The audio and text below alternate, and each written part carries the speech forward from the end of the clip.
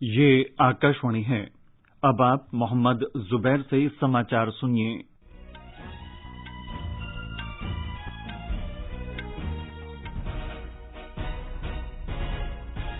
Covid के मामलों की संख्या बढ़ रही है, इसलिए श्रोताओं से अपील है कि कोई भी कोताही न बरतें। सुरक्षा के सभी उपायों का पालन करें। 18 वर्ष से अधिक आयु के सभी लोग निसंकोच टीका लगवाएं।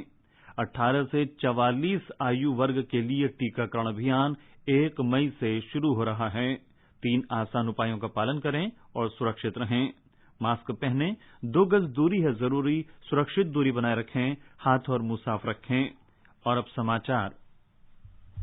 देश में 18 वर्ष से अधिक उम्र के सभी लोगों के लिए कोविड टीकाकरण के पंजीकरण की प्रक्रिया आज शाम 4 बजे शुरू हो गई। टीकाकरण अभियान का तीसरा चरण 1 मई से शुरू हो रहा है। इसके लिए पंजीकरण कोविन पोर्टल, आरोग्य सेतु ऐप और उमंग ऐप पर कराया जा सकता है। इस चरण में स्वास्थ्य कर्मियों, अग्रिम पंक्ति के कार्यकर्ताओं और 45 वर्ष से अधिक उम्र के सभी लोगों का केंद्र सरकार के केंद्रों में निःशुल्क टीकाकरण भी जारी रहेगा। इस चरण में वैक्सीन निर्माता मासिक कोटे की 50% वैक्सीन की आपूर्ति केंद्र सरकार को करेंगे, जबकि 50% वैक्सीन राज्यों को और खुले बाजार में जारी की जा सकेगी। इस फेज में टीकाकरण के लिए कोविन पोर्टल पर रजिस्ट्रेशन अनिवार्य है और वहीं से लोगों को टीका लगवाने की जगह और तारीख का पता चलेगा। पिछले चरण की तरह लोग इस फेज में सीधे जाकर टीका नहीं लगवा सकेंगे। लोगों को अपने मोबाइल नंबर के माध्यम से कोविन पोर्टल पर पंजीकरण करवाना होगा। इस पोर्टल पर उन्हें जरूरी जानकारियों के अलावा एक फोटो युक्त पहचान पत्र भी अपलोड करना होगा। इसके बाद उन्हें टीकाकरण की तारीख अपनी सुविधानुसार तय करना होगा। इन प्रक्रियाओं को पूरा करने के बाद मोबाइल पर पंजीकरण पुष्टि का एक मैसेज आएगा, जिसे टीकाकरण के समय दिखाना होगा। इस चरण में केंद्र ने राज्यों और निजी अस्पतालों को भी उत्पादक से टीका खरीदने की छूट दी है। दिवाकर, आकाशवाणी समाचार, दिल्ली। महाराष्ट्र सरकार ने 18 से 44 वर्ष के सभी नागरिकों का निःशुल्क टीकाकरण करने का फैसला किया है। इस आशय का निर्णय राज्य मंत्रिमंडल की बैठक में सर्वसम्मति से लिया गया। मुख्यमंत्री उद्धव ठाकरे ने टीकाकरण केंद्रों पर भीड़ से बचने के लिए सभी नागरिकों से कोविन पोर्टल पर पंजीकरण कराने का आग्रह किया है। स्वास्थ्य मंत्री राजेश टोपे ने बताया कि 1 मई को टीकाकरण कार्यक्रम की विस्तार से घोषणा की जाएगी। प्रधानमंत्री नरेंद्र मोदी ने पीएम केयर्स फंड से 1 लाख पोर्टेबल ऑक्सीजन कंसंट्रेटर की खरीद को मंजूरी दी है। चिकित्सा ऑक्सीजन आपूर्ति में सुधार करने के लिए प्रधानमंत्री की अध्यक्षता में आयोजित एक उच्च स्तरीय बैठक में ये निर्णय लिया गया। प्रधानमंत्री ने निर्देश दिया कि इन ऑक्सीजन कंसंट्रेटर्स को जल्द से जल्द खरीदा जाना चाहिए और उच्च प्राथमिकता वाले राज्यों को भेजा जाना चाहिए। पहले से स्वीकृत 713 पीएसए ऑक्सीजन संयंत्र के अलावा पीएम केयर्स फंड से 500 नए पीएसए ऑक्सीजन संयंत्रों को मंजूरी दी गई है। पीएसए संयंत्र जिला मुख्यालय और टियर 2 शहरों के अस्पतालों में तरल चिकित्सा ऑक्सीजन की आपूर्ति करेंगे। इन संयंत्रों को घरेलू निर्माताओं को डीआरडीओ और सीएसआईआर द्वारा विकसित स्वदेशी तकनीक का इस्तेमाल करके लगाया जाएगा। पीएसए संयंत्रों की स्थापना और पोर्टेबल ऑक्सीजन की खरीद से ऑक्सीजन की आपूर्ति में काफी वृद्धि होगी, जिससे संयंत्रों से लेकर अस्पतालों तक ऑक्सीजन के परिवहन में आ रही कठिनाइयों को दूर किया जा सकेगा।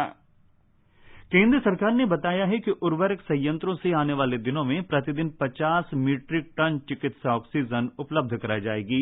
इससे देश के अस्पतालों में चिकित्सा ऑक्सीजन की कमी दूर करने में मदद मिलेगी। रसायन और उर्वरक मंत्रालय ने बताया कि भारतीय कृषक उर्वरक सहकारी संघ इफ्को गुजरात के कलोल में 200 घन मीटर प्रति घंटा की क्षमता वाला ऑक्सीजन उत्पादन संयंत्र लगा रहा है। संयंत्र की कुल क्षमता 33,000 घन मीटर प्रतिदिन की होगी। मंत्रालय ने कहा कि गुजरात नर्मदा घाटी उर्वरक और रसायन ने भी तरल ऑक्सीजन का उत्पादन शुरू कर दिया है। हरियाणा में करनाल जिला प्रशासन ने सरकारी और निजी अस्पतालों में मेडिकल ऑक्सीजन की निरंतर आपूर्ति सुनिश्चित करने के लिए अनूठी ऑक्सीजन ऑन व्हील्स पहल शुरू की है। इस पहल के तहत 100 ऑक्सीजन सिलेंडरों से भरे वाहन को तुरंत आवश्यकता होने पर किसी भी जिला अस्पताल तक भेजा जाता है। इस वाहन का नाम मोबाइल ऑक्सीजन बैंक रखा गया है। ये सेवा 24 घंटे उपलब्ध है, जिससे क्षेत्र में विभिन्न अस्पतालों की मांग पूरी की जा रही है। आकाशवाणी से बातचीत में करनाल के जिला उपायुक्त निशांत यादव ने बताया कि जब अस्पतालों में लगभग 2 घंटे की ऑक्सीजन बची रहती है तो वे ऑक्सीजन बैंक सेवा से संपर्क करते हैं। इसके बाद उन्हें ऑक्सीजन के आवश्यक सिलेंडर उपलब्ध कराए जाते हैं ताकि मरीजों की पूरी तरह देखभाल की जा सके। उन्होंने कहा कि करनाल का ये मॉडल जल्द ही राज्य के अन्य जिलों में भी लागू किया जाएगा। जितने भी हमारे प्राइवेट और सरकारी अस्पताल हैं, उनको जब भी ऑक्सीजन की रिक्वायरमेंट, उनकी ऑक्सीजन की सप्लाई खत्म हो जाती है या उनका जो स्टोरेज है वो खत्म हो जाता है, तो वो इस ऑक्सीजन व्हील्स को कॉल करते हैं और वहां से हम जो भी इस तरह की इमरजेंसीज हैं उसमें हॉस्पिटल्स को जाकर के अपने जो ऑक्सीजन के सिलेंडर्स हैं वो दे के आते हैं। इससे हमें फायदा ये हुआ है कि किसी भी अस्पताल में या किसी भी पेशेंट की, मरीज की जो मौत है वो इस वजह से नहीं हुई कि वहां ऑक्सीजन नहीं मिली इसलिए मौत हो गई हो। साथ ही जो मरीज हैं उनके जो अटेंडेंट्स हैं, उनके सहायक हैं, उनको भी कहीं भी मार्केट में, कहीं भी केमिस्ट शॉप्स पे कहीं भी भागने की जरूरत नहीं है कि वो अपने पेशेंट्स के लिए ऑक्सीजन का सिलेंडर भरवा के लेके आए। सरकार ने, शासन ने ऑक्सीजन और व्हील्स के जरिए सभी अस्पतालों में जो ऑक्सीजन की डिलीवरी है वो इंश्योर की है। ये समाचार आकाशवाणी से प्रसारित किए जा रहे हैं। कोविड-19 से बचाव और सुरक्षित रहने के 3 उपाय।